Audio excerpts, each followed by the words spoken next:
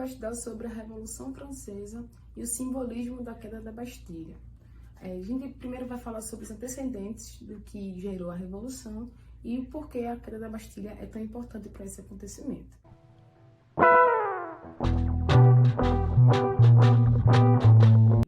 Mas antes disso, a gente vai retomar para saber qual foi o estopim da Revolução e o que estava acontecendo antes disso. Antes de haver a Revolução Francesa, a França era dominada pelo antigo regime, ou seja, a monarquia estava liderando o país, a França na época, e era dividido em estadamentos, o primeiro, segundo e terceiro estado, que eram regidos pelo clero, que é dividido em alto e baixo, pela nobreza, onde tinha as pessoas mais ricas da época, e pela grande população dos trabalhadores, também dividido entre camponeses, trabalhadores e a burguesia, que também tinha a alta e a baixa. Nesse quesito, o terceiro estado estava muito incomodado, pois havia aumentado os impostos, havia uma insatisfação popular e socioeconômica, passando por miséria, por crise financeira e social, chegando até a passar fome. Isso se deu depois de da Guerra de 7 Anos, em que os cofres franceses foram diminuindo de valor e foram ficando vazios. Isso também aconteceu por causa da independência americana, em que a França teve também contribuição, fazendo os impostos aumentarem, e quem ia pagar isso era o terceiro estado. Com isso, com essa revolta, eles foram às ruas e foram ao parlamento pedir uma nova constituição, uma nova assembleia, sendo a primeira assembleia a Assembleia dos Notáveis. A Assembleia foi em 1787 e nela eles pediam isso, mais participação e menos tributos. A alta tributação estava acabando com o terceiro estado, que era a maior parte da população. Eles estavam pedindo uma reforma para poder mudar essa realidade da França. Com isso, nessa Assembleia, não teve muita ênfase e 2 anos depois, em 1879, houve uma nova Assembleia, que foi a Assembleia dos Estados Gerais.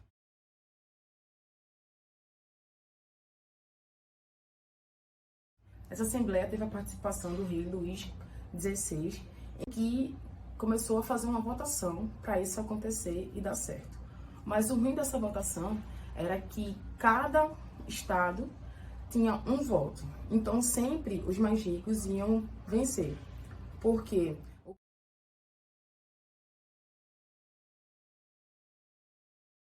o clero e a nobreza votavam juntos e os trabalhadores saíam em desvantagem.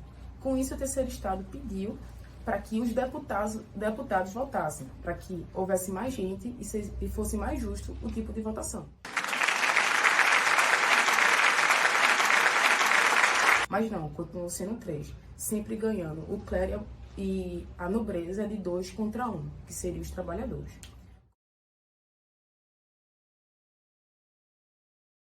Com isso, em 1789, com esse descontentamento de votação e de não serem atendidos os seus apelos e seus direitos, eles foram para uma sala de juramento de Pella.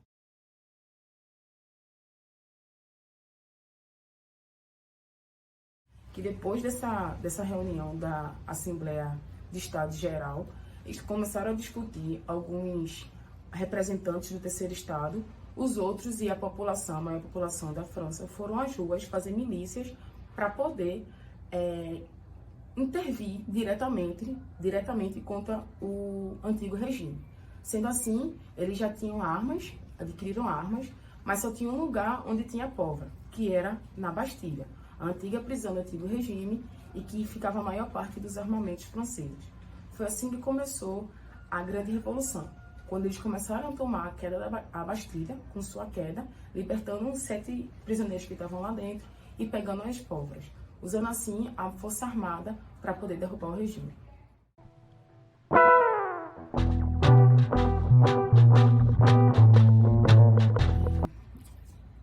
E falando sobre o simbolismo da tomada da Bastilha, o que a gente vai enfatizar agora, depois de falar como aconteceu a Revolução Francesa e ela sendo um marco principal para o fim do absolutismo e o começo da nova revolução, tem algumas coisas cinematográficas, alguns filmes que foram inspirados nesse contexto histórico.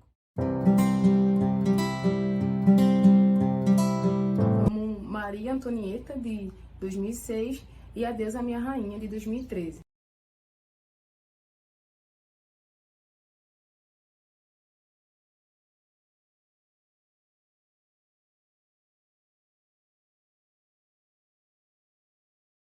São filmes que retratam esse contexto histórico da França, assim como outros que pós, como Os Miseráveis.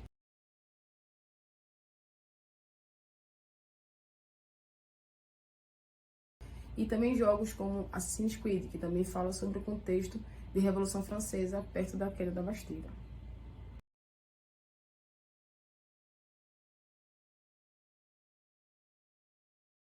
Sendo assim, a gente vai entender também o que aconteceu para a França entrar nesse estopim, né? Além das dívidas e ascensão estrutural das pessoas que faziam parte, também havia a questão de derrubar o regime. A Bastilha, antes de ser uma prisão, era uma fortaleza que funcionava na Guerra dos 100 Anos. Depois que a Guerra dos 100 Anos acabou, ela começou a se tornar uma prisão. Uma prisão que prendia pessoas que eram contra o antigo regime e, posteriormente, no dia da invasão, os 7 presos que estavam lá, 4 estavam presos por falsificação de câmbio, 2 que a família alegava loucura e 1 estava preso por um crime hediondo, que na época, também hoje, né, que era o incesto. Ele tinha se relacionado com a irmã, então ele estava preso. Mas no dia da invasão, eles conseguiram fugir junto com o motim que estava se formando naquele contexto.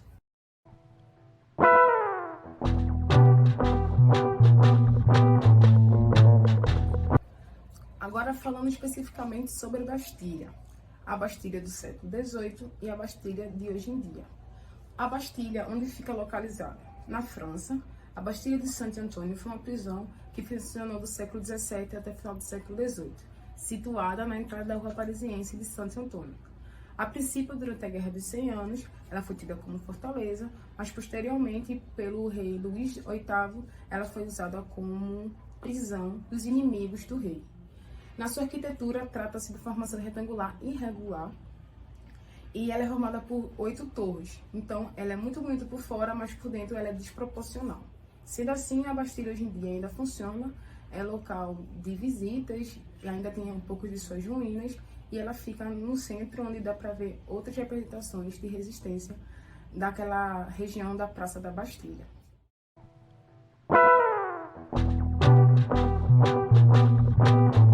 Esses resquícios têm outros pontos importantes, como o Gênio da Liberdade,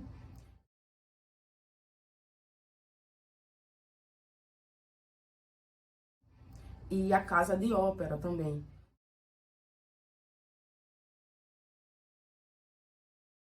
São lugares históricos e marcados que ainda servem para visita e ainda abriga muita gente que quer conhecer a história e falar sobre aquele contexto.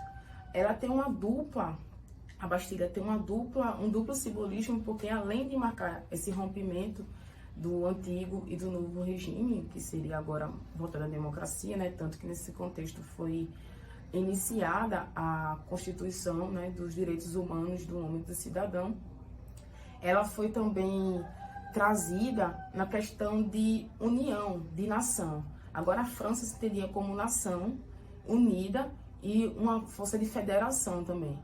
Fazendo assim, todo 14 de julho ser muito importante para os franceses, e eles vão à rua ou eles saem de casa com a bandeira marcando esse dia, né? A gente sabe que a França é muito marcada por essas revoluções, tanto que no Dia do Trabalhador também eles costumam ir às ruas, protestar, pedir mais direito, pedir mais intervenção,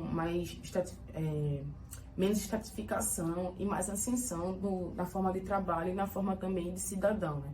A França tem esse legado muito forte da democracia, trazida desde da Grécia, tanto que pessoas que são muito importantes para a Revolução Francesa são 2 iluministas, como Rousseau e Kant. Outra especificidade também da França seria Voltaire. Voltaire, ele viveu nesse contexto de Revolução Francesa, e mesmo sendo parte da nobreza, ele foi uma pessoa que ia muito contra e satirizava isso. tanto que ele foi preso 2 vezes na Bastilha. E as 2 vezes pelo mesmo motivo, ele satirizava pessoas importantes da época, como o Duque de Sales. Depois dele fazer algumas piadas e satirizar a história do Duque, ele foi preso por 11 meses e depois foi liberado, mas posteriormente, depois de alguns anos, fez a mesma coisa contra o Duque e também foi preso. Ele seria preso pela 3ª vez, foi até chamado para um combate, mas ele conseguiu fugir e passar por cima disso. Mas a Revolução tem ideias iluministas e ela traz esse simbolismo de democracia e de fim dessa época medieval, onde traz a gente essa instiga, essa vontade de lutar pelos nossos direitos, né? Desde a Constituição até ir para as ruas protestar e pedir para isso. E foi a primeira revolução em que as pessoas, a massa, vem acima, pede direito e consegue direito, enquanto a gente vive, na maioria do tempo, com pessoas que os superiores vencem, né? A gente sempre estava nessa condição de servente, e ter o primeiro, segundo, terceiro clero, e não era uma questão horizontal, onde tinha, no clero não, aliás, de posições de Estado, né? E agora a gente vê uma posição mais horizontal, onde todo mundo tem o mesmo direito e todo mundo é visto da mesma forma pela lei. Então a Bastilha é muito importante nesse contexto, o seu simbolismo também, tanto para a França quanto para o Ocidente, onde foi totalmente influenciado pela questão democrática.